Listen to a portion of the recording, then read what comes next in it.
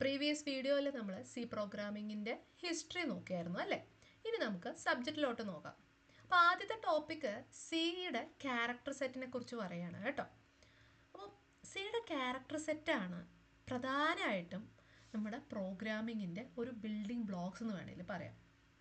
Okay, അല്ലെങ്കിൽ ഒരു പ്രോഗ്രാമിങ്ങിൻ്റെ elements എന്ന് വേണമെങ്കിൽ പറയാം. അപ്പം എന്തെല്ലാം വെച്ചിട്ടാണ് നമ്മൾ പ്രോഗ്രാം എഴുതുന്നതെന്ന് നോക്കാം. അപ്പോൾ പ്രധാനമായിട്ടും ഇതിനകത്ത് ആൽഫബറ്റ്സ് ഉണ്ടാവും. പ്രോഗ്രാമിംഗ് ലാംഗ്വേജിൽ നമ്മൾ യൂസ് ചെയ്യുന്നത് ആൽഫബറ്റ്സ് യൂസ് ചെയ്യാറുണ്ട്. അത് അപ്പർ കേസിലും ഉണ്ട് ആസ് വെൽ ആസ് ലോവർ കേസിലും നമ്മൾ യൂസ് ചെയ്യാറുണ്ട്. പിന്നെ സെക്കൻഡ് വൺ ഡിജിറ്റ്സ്. നമ്മൾ പ്രോഗ്രാമിൽ ഡിജിറ്റ്സുകൾ യൂസ് ചെയ്യാറുണ്ട്. അത് 0 to 9 അല്ലെ ഡെസിമൽ ഡിജിറ്റ്സ് ഉണ്ടാവില്ലേ, ആ ഒരു നമ്പർ സിസ്റ്റമാണ് നമ്മൾ യൂസ് ചെയ്യുക. ഇനി അതുപോലെ തന്നെ സെർട്ടൻ സ്പെഷ്യൽ ക്യാരക്ടേഴ്സ് ഇതിനകത്ത് യൂസ് ചെയ്യാറുണ്ട്. സ്പെഷ്യൽ ക്യാരക്ടേഴ്സ് എന്ന് പറഞ്ഞു കഴിഞ്ഞാൽ അറ്റ്, ഹാഷ്, നിങ്ങൾക്കറിയാം സ്പെഷ്യൽ സിമ്പിൾസുകൾ ഉണ്ടാവില്ലേ, അത്.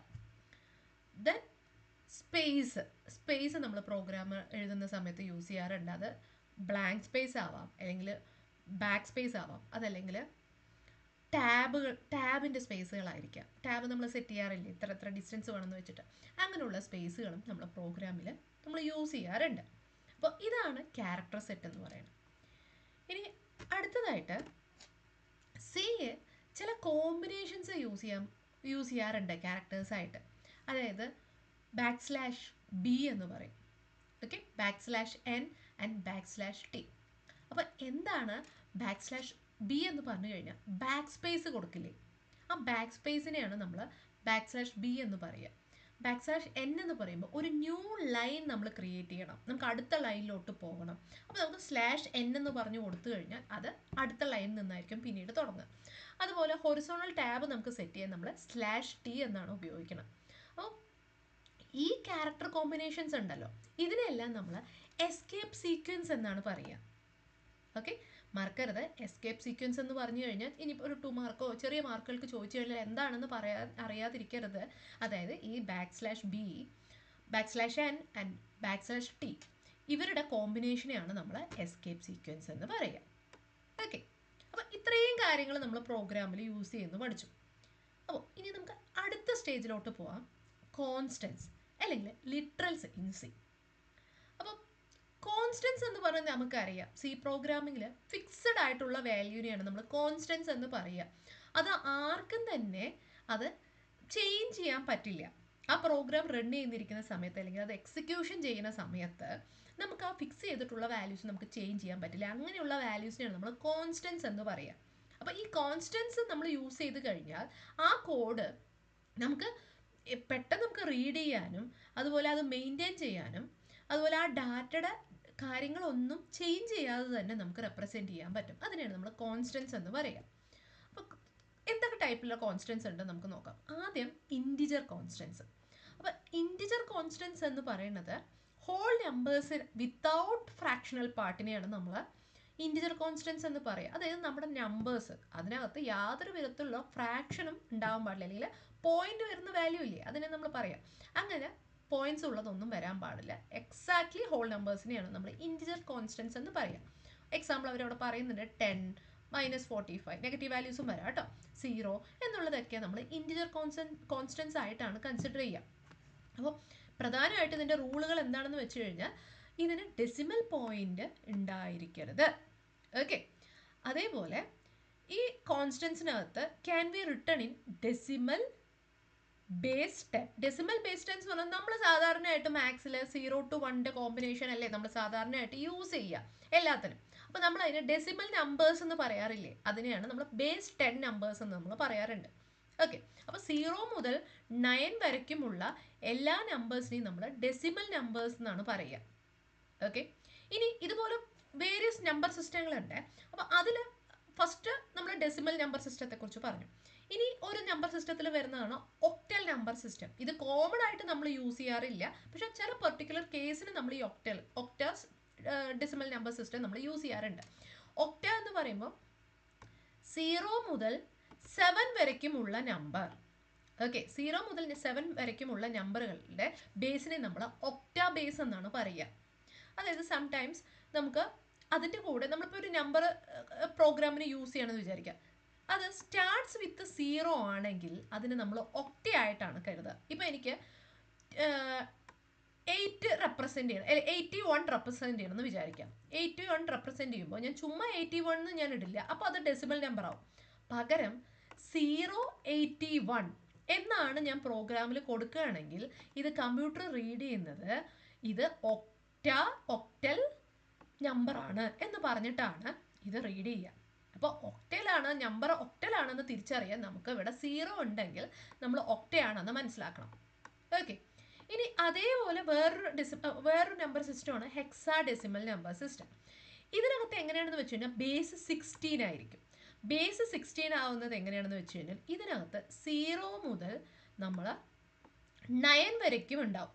ഓക്കെ, അതുമാത്രമല്ല 9ന് ശേഷം നമ്മൾ 10 എന്നല്ലേ പറയാം, ഇവിടെ 10 എന്ന് പറയില്ല, പകരം ആൽഫബറ്റ്സ് ആയിരിക്കും ഉപയോഗിക്കുക. എ മുതൽ ABCDEF വരയ്ക്കും. ഓക്കെ, ഇത്രയും ABCD റിമൈനിങ് ABCD ആയിട്ടായിരിക്കും കണക്കാക്കുക. അതായത് 10 എന്നുണ്ട് പൊസിഷനിൽ എയും 11ന്റെ പൊസിഷനിൽ ബിയും അങ്ങനെയായിട്ട് എഫ് വരയ്ക്കായിരിക്കും നമ്മൾ കണക്കാക്കുക. സോ അങ്ങനെയുള്ളതിന് നമ്മൾ ഹെക്സാഡെസിമൽ എന്നാ പറയുക. ഇതെപ്പോഴും എങ്ങനെ സ്റ്റാർട്ട് ചെയ്യുന്നത് വെച്ച് കഴിഞ്ഞാൽ ഇതുപോലെ 0x എന്ന് പറഞ്ഞിട്ട്, ഇപ്പോൾ 0 ഫോർ എക്സാമ്പിൾ 0x എന്ന് പറഞ്ഞിട്ടായിരിക്കും ഇതിൻ്റെ തുടക്കം ഉണ്ടാവുക. എന്നിട്ട് ഇപ്പോൾ 7C എന്ന് പറഞ്ഞു കഴിഞ്ഞാൽ ഇത് കണ്ടാൽ തന്നെ നമുക്ക് മനസ്സിലാവണം ഇതൊരു ഹെക്സാഡെസിമൽ നമ്പർ സിസ്റ്റത്തിലുള്ള ആൾക്കാരാണ് എന്നുള്ളത്. ഓക്കെ, വളരെ ഡീറ്റെയിൽഡ് ആയിട്ടൊന്നും ഇത് പഠിക്കണ്ട, ഇത് ജസ്റ്റ് നിങ്ങൾക്ക് നമ്പർ സിസ്റ്റം എന്താണെന്ന് മനസ്സിലാക്കാൻ വേണ്ടി ഞാൻ പറഞ്ഞു എന്നേ ഉള്ളൂ. ഓക്കെ, അപ്പോൾ നമുക്ക് നമ്പർ സിസ്റ്റത്തിൽ ഡെസിമൽ ഉണ്ട്, ഒക്ടൽ ഉണ്ട്, ഹെക്സാഡെസിമൽ ഉണ്ട്. ഇതെല്ലാം നമ്മൾ C പ്രോഗ്രാമിൽ കോൺസ്റ്റന്റ് ആയിട്ടാണ് കണക്കാക്കുന്നത്. ഓക്കെ, ഇനി രണ്ടാമത്തേത് ഫ്ലോട്ടിംഗ് പോയിന്റ് കോൺസ്റ്റൻസ്. അപ്പോൾ ആദ്യത്തെ നമ്മൾ ഇൻറ്റിജർ കോൺസ്റ്റൻസ് പഠിച്ചു അല്ലേ, second one is floating point constants. ഇവിടെയാണ് നമ്മൾ റിയൽ നമ്പേഴ്സ് വിത്ത് ഫ്രാക്ഷണൽ പാർട്സ് യൂസ് ചെയ്യുന്നത്. ഓക്കെ, അപ്പോൾ ഇതിനകത്ത് നമുക്ക് ഫ്രാക്ഷണൽ പാർട്ട് കൂടി ആഡ് ചെയ്യാം. അപ്പോൾ അതിന് നമ്മൾ ഫ്ലോട്ടിംഗ് പോയിന്റ് എന്നാണ് പറയുക, അല്ലെങ്കിൽ ഫ്ലോട്ടിംഗ് നമ്പേഴ്സ് എന്നാണ് അതിനെ പറയുക കേട്ടോ. അപ്പോൾ 3.14, അതുപോലെ നെഗറ്റീവിലാണെങ്കിലും 0.001 അങ്ങനെയുള്ള കാര്യങ്ങൾ. ഇനി സംടൈംസ് നമുക്ക് സയൻറ്റിഫിക് നൊട്ടേഷൻസ് ഒക്കെ എഴുതേണ്ട ആവശ്യം വരും അല്ലേ, അപ്പോഴും നമുക്ക് പോയിന്റ്സിലാണ് നമ്മൾ എഴുതുക. അപ്പോൾ അങ്ങനെയുള്ള സമയത്ത് നമ്മൾ ഇത് യൂസ് ചെയ്യും. അപ്പോൾ ഇതിൻ്റെ പേരെന്താണ്, ഫ്ലോട്ടിംഗ് പോയിന്റ് കോൺസ്റ്റൻസ്. ഇനി ഇതിൻ്റെ റൂൾ എങ്ങനെയാണെന്ന് വെച്ച് കഴിഞ്ഞാൽ ഇതിൽ അറ്റ്ലീസ്റ്റ് ഒരു ഡിജിറ്റെങ്കിലും ഡെസിമൽ പോയിന്റ് ഉണ്ടാവണം. ഓക്കെ, ഒരു ഡിജിറ്റും അതുപോലെ തന്നെ ഒരു ഡെസിമൽ പോയിന്റും ഇതിനകത്ത് ഉണ്ടായിരിക്കണം, എന്നാൽ മാത്രമേ നമുക്കത് ഫ്ലോട്ടിംഗ് ആയിട്ട് കൺസിഡർ ചെയ്യാൻ പറ്റുള്ളൂ. ഇനി എക്സ്പോണന്റ് പാർട്ട് നമുക്ക് വേണമെങ്കിൽ ഓപ്ഷണലി ഇൻക്ലൂഡ് ചെയ്യാം. ഇപ്പോൾ ഇവിടെ ഇതിനെയാണ് ഈ കണ്ടോ, ഇത് നമുക്ക് ഓപ്ഷണലി നമുക്ക് വേണമെങ്കിൽ ഇൻക്ലൂഡ് ചെയ്യാം, ഇല്ലാതിരിക്കും, അത് ഡിപ്പെൻസ് അപ്പോൺ ദ ക്വസ്റ്റ്യൻ. അപ്പോൾ ഫ്ലോട്ടിംഗ് പോയിന്റ് എന്ന് പറഞ്ഞാൽ മറ്റൊന്നുമില്ല, ഫ്രാക്ഷണൽ പാർട്ട് ഉള്ളതിനെ നമ്മൾ ഫ്ലോട്ടിംഗ് പോയിന്റ്സ് എന്നാണ് പറയുക. ഇനി തേർഡ് വൺ ക്യാരക്ടർ കോൺസ്റ്റൻസ്. അപ്പോൾ ക്യാരക്ടർ എങ്ങനെയാണെന്ന് വെച്ച് കഴിഞ്ഞാൽ ക്യാരക്ടർ എപ്പോഴും ഓരോ സിംഗിൾ കോഡ്സിലായിട്ടായിരിക്കും ഇത് ഉണ്ടാവുക. അപ്പോൾ ഈ ക്യാരക്ടേഴ്സ് എപ്പോഴും, അപ്പോൾ എന്ത് ക്യാരക്ടർ എഴുതും, ഇപ്പോൾ എ എന്ന് പറഞ്ഞാൽ ഒരു ക്യാരക്ടർ അല്ലേ, അതെപ്പോഴും ഇങ്ങനെ 2 കോഡ്സിനകത്ത് വേണം റെപ്രസെൻറ്റ് ചെയ്യാൻ, എന്നാലും മാത്രമേ പ്രോഗ്രാമിംഗ് അല്ലെങ്കിൽ മെഷീന് അതൊരു ക്യാരക്ടർ കോൺസ്റ്റൻ്റ് ആണെന്ന് റീഡ് ചെയ്യാൻ പറ്റുള്ളൂ. ഇനി അതുപോലെ അതിൻ്റെ കുറേ എക്സാമ്പിൾസ് ഒക്കെ തന്നിട്ടുണ്ട് കേട്ടോ. അപ്പോൾ ഇവിടെ ഹാഷ് ഉണ്ട്. അപ്പോൾ നിങ്ങൾക്ക് ഒരു ഡൗട്ട് വരും, ഇവിടെ ഹാഷാണ്, ഹാഷ് വാല്യൂ ആണല്ലോ തന്നിരിക്കുന്നത്. ഇത് ആക്ച്വലി നമ്മൾ പ്രീവിയസ് ടോപ്പിക്കിൽ നമ്മൾ പഠിച്ചിരുന്നത് ഹാഷ് എന്ന് പറയുമ്പോൾ സ്പെഷ്യൽ സിമ്പിൾസ് അല്ലേ എന്നുള്ളതാണ്. നിങ്ങളിപ്പോൾ ചുമ്മാ ഹാഷ് മാത്രം കൊടുത്തു കഴിഞ്ഞാൽ ഇത് സ്പെഷ്യൽ ക്യാരക്ടർ ആയിട്ട് തന്നെയായിരിക്കും റീഡ് ചെയ്യുക. പകരം ഇതിൻ്റെ മുകളിൽ ഇങ്ങനെ 2 കോഡ്സ് കൊടുത്തിട്ടുണ്ടെങ്കിൽ അത് ക്യാരക്ടർ കോൺസ്റ്റൻ്റ് ആയിട്ടാണ് കൺസിഡർ ചെയ്യുക. മനസ്സിലായില്ലേ? അതായത് സിംഗിൾ ക്യാരക്ടർ, അതായത് ക്യാരക്ടർ ആയിട്ടാണ് നമ്മുടെ പ്രോഗ്രാമിൽ കൊടുക്കണമെങ്കിൽ നിർബന്ധമായിട്ടും നമ്മൾ ഈ കോഡ്സ് കൊടുക്കണം, എന്നാൽ മാത്രമാണ് അത് ക്യാരക്ടർ ആവുക. ഈ കോഡ്സ് ഇല്ലെങ്കിൽ എന്താവും, അത് ഡിജിറ്റ്സോ ആൽഫബറ്റ്സോ ആയിട്ട്, അത് സ്പെഷ്യൽ ക്യാരക്ടേഴ്സൊക്കെ ആയിട്ടായിരിക്കും അത് റീഡ് ചെയ്യുക. അപ്പോൾ നിങ്ങൾക്ക് തീർച്ചയായിട്ടും ഇത് മറക്കാതെ ഇങ്ങനെ ചെയ്യണം കേട്ടോ. ഇനി can be represent printable characters. അപ്പോൾ നമ്മളിത് മെയിനായിട്ട് ഉപയോഗിക്കുന്നത് വെച്ച് കഴിഞ്ഞാൽ നമ്മൾ സ്ക്രീനിനകത്തോട്ട് ഇന്ന കാര്യം പ്രിൻ്റ് ചെയ്യുക എന്നൊക്കെ പറയില്ലേ, ആ സമയത്താണ് നമ്മൾ ഇങ്ങനത്തെ ക്യാരക്ടേഴ്സൊക്കെ നമ്മൾ യൂസ് ചെയ്യുക. ഇനി അതുപോലെ തന്നെ escape sequence like /n/t or even ASCII വാല്യൂസും നമ്മൾ ഇതിനകത്ത് ക്യാരക്ടർ കോൺസ്റ്റൻസ് ആയിട്ട് നമ്മൾ യൂസ് ചെയ്യാറുണ്ട്. ഓക്കെ, ഇതൊക്കെ നമുക്ക് പ്രോഗ്രാമിലോട്ട് വരുമ്പോൾ ഞാൻ ഇത് കുറച്ചും കൂടെ ഡീറ്റെയിൽഡ് ആയിട്ട് പറഞ്ഞുതരാം. ഇപ്പോൾ തൽക്കാലം തിയറി പാർട്ട് ആയതുകൊണ്ട് ഇത്രയും പഠിച്ചാൽ മതി. ഇനി മറ്റൊരു ടോപ്പിക്കാണ് സ്ട്രിംഗ് കോൺസ്റ്റൻസ്. അപ്പോൾ ക്യാരക്ടർ നമ്മൾ പറഞ്ഞു, ഒരൊറ്റ ആൽഫബറ്റിനെ നമ്മൾ റെപ്രസെൻറ്റ് ചെയ്യുന്നതിന് നമ്മൾ ക്യാരക്ടർ ആണെന്ന് വെച്ച് കഴിഞ്ഞാൽ ഒരു സീക്വൻസ് ഓഫ് ക്യാരക്ടേഴ്സിനെ എൻക്ലോസ് ചെയ്യുന്നത് നമ്മൾ എപ്പോഴും ഡബിൾ കോഡ്സിലായിരിക്കും. ഓക്കെ, അപ്പോൾ മുന്നേ നമ്മൾ വെറും എ എന്ന് പറഞ്ഞ് മാത്രം ഒരു സിംഗിൾ കോട്ട്സിലാണെങ്കിൽ നമുക്ക് ഒരു സെന്റൻസ് ഒക്കെ ടൈപ്പ് ചെയ്യണം, അല്ലെങ്കിൽ ഒരു നമ്പേഴ്സിന്റെ ഒരു പാറ്റേൺ ഒക്കെ നമുക്ക് ടൈപ്പ് ചെയ്യണം അല്ലെങ്കിൽ പ്രിന്റ് ചെയ്യണം എന്ന് പറഞ്ഞിട്ടുണ്ടെങ്കിൽ നമ്മൾ എന്ത് ചെയ്യണം? ഡബിൾ കോട്ട്സിനകത്താണ് ഇത് കൊടുക്കേണ്ടത്. എന്നാൽ മാത്രമാണ് എന്ത് ചെയ്യണം? ഇതിനെ സ്ട്രിങ് ആയിട്ട് അത് കൺസിഡർ ചെയ്യത്തുള്ളൂ. ഓക്കെ, അപ്പൊ ഹലോ വേൾഡ് എന്ന് പറഞ്ഞാൽ സിംഗിൾ ആയിട്ടുള്ള ക്യാരക്ടർ അല്ല. സിംഗിൾ ആയിട്ടുള്ള ക്യാരക്ടർ നമ്മൾ ക്യാരക്ടർ കോൺസ്റ്റൻസും സീക്വൻസ് ഓഫ് ക്യാരക്ടേഴ്സിനെ നമ്മൾ സ്ട്രിങ് കോൺസ്റ്റൻസും എന്നാണ് പറയുക.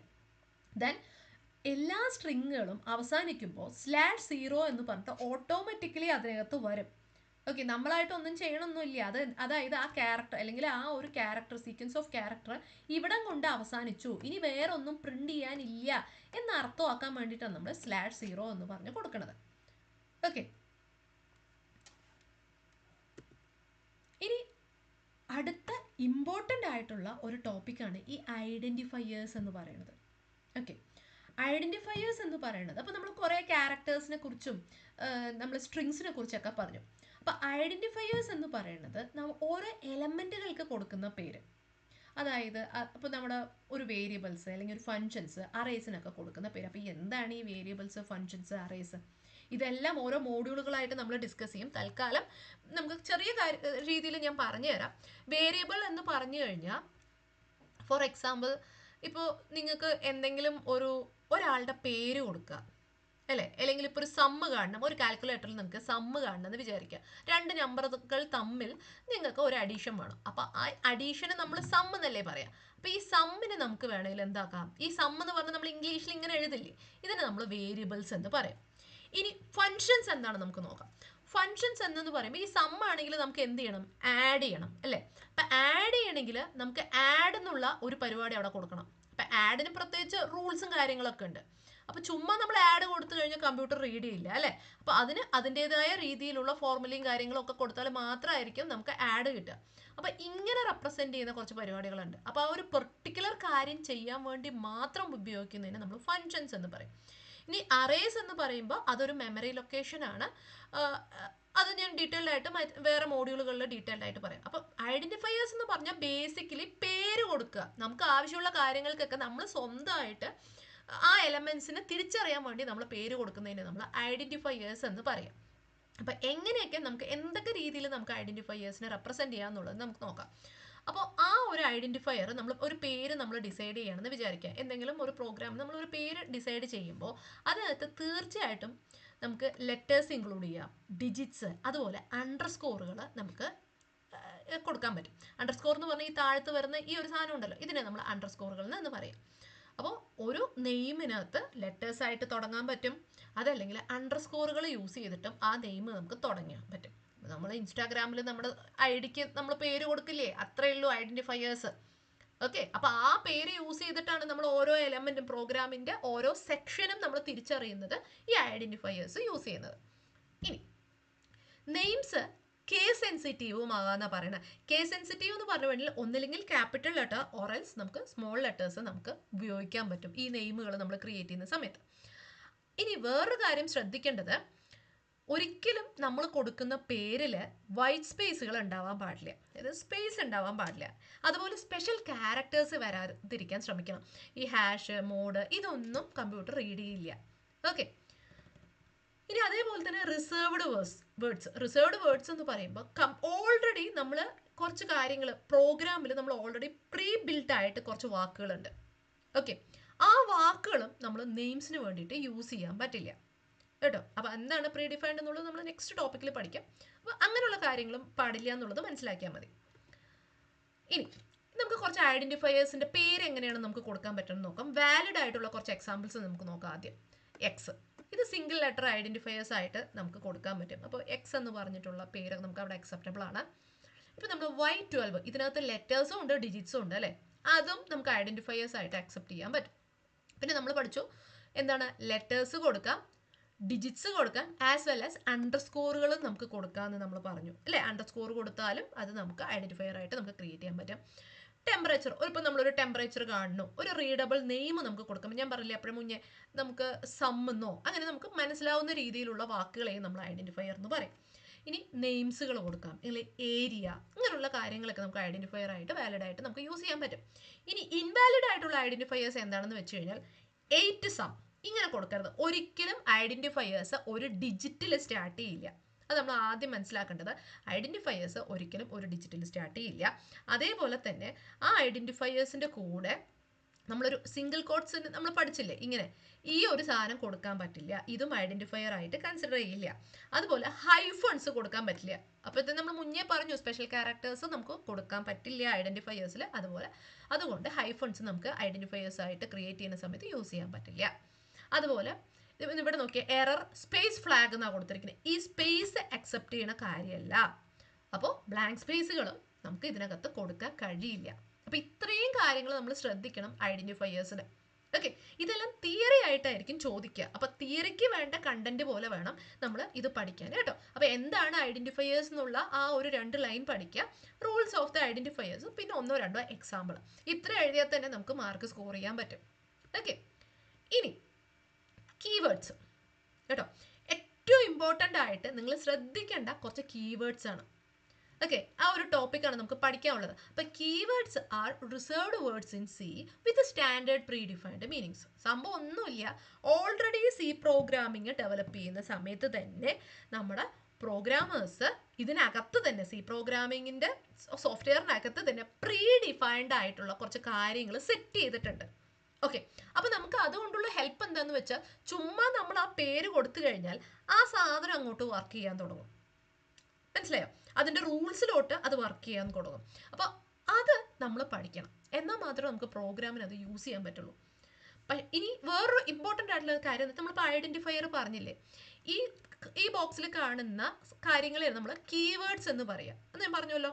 ഈ കീവേഡ്സ് ഒരിക്കലും ഐഡന്റിഫയർ ആയിട്ട് യൂസ് ചെയ്യാൻ പറ്റില്ല. ഓക്കെ, ഐഡന്റിഫയർ ആയിട്ട് യൂസ് ചെയ്യാൻ പറ്റില്ല എന്ന് പറഞ്ഞാൽ ഞാനിപ്പോൾ പറയണ പോലെ, ഫോർ എക്സാമ്പിൾ ഇപ്പം ഞാൻ സം എന്ന് പറഞ്ഞു കൊടുത്തു. അപ്പോൾ സം എന്ന് പറയുന്നത് ഒരു കീവേഡാണ്, ഒരു ഐഡന്റിഫയർ ആണ്. സോറി, സം എന്ന് പറയുന്നത് ഒരു ഐഡന്റിഫയർ ആണ്. പക്ഷെ ആ സം ഒരിക്കലും ഒരു കീവേഡ് അല്ല. മനസ്സിലായോ? അതായത് ഈ ബോക്സിൽ കൊടുക്കുന്ന ഒരു പേരും തന്നെ നമ്മളൊരു പേരിടാൻ ഒരു പ്രോഗ്രാമിന് അല്ലെങ്കിൽ ഒരു പെർട്ടിക്കുലർ ഏരിയയിൽ നമ്മൾ പേര് ഐഡന്റിഫയർ ആയിട്ട് നമുക്ക് യൂസ് ചെയ്യാൻ പാടില്ല. ഓക്കെ, അപ്പോൾ നിങ്ങൾ പഠിക്കേണ്ടത് ഈ ബോക്സ് ഒന്ന് അറ്റ്ലീസ്റ്റ് 1-2 തവണ വായിച്ച് പഠിക്കാൻ ശ്രമിക്കുക. കാരണം ഈ ഒരു ബോക്സിനകത്തുള്ള വേർഡ്സ് യൂസ് ചെയ്തിട്ടാണ് നമ്മൾ ഇനി പ്രോഗ്രാംസിൽ ഇത് ആഡ് ചെയ്തിട്ടാണ് നമ്മൾ ഓരോ കാര്യങ്ങളും നമ്മൾ പറയാൻ പോണേ. ഓക്കെ, അപ്പോൾ ഞാൻ കുറച്ച് എക്സാമ്പിൾസിനകത്ത് കൊടുത്തിട്ടുണ്ട്. കീവേഡ്സ് എന്ന് പറയുന്നത് auto, case, constant, default, double, enum, അങ്ങനെ ഇഫ്, വൈല്, ഡു വൈല് എന്നൊക്കെ പറഞ്ഞിട്ട് ഒത്തിരി കീവേഡ്സ് ഉണ്ട് നമുക്ക് കേട്ടോ. അപ്പോൾ ഞാൻ പ്രോഗ്രാം ക്ലാസ് എടുക്കുന്ന സമയത്ത് അത് ഓരോന്നായിട്ട് നമുക്ക് സോൾവ് ചെയ്ത് നോക്കാം.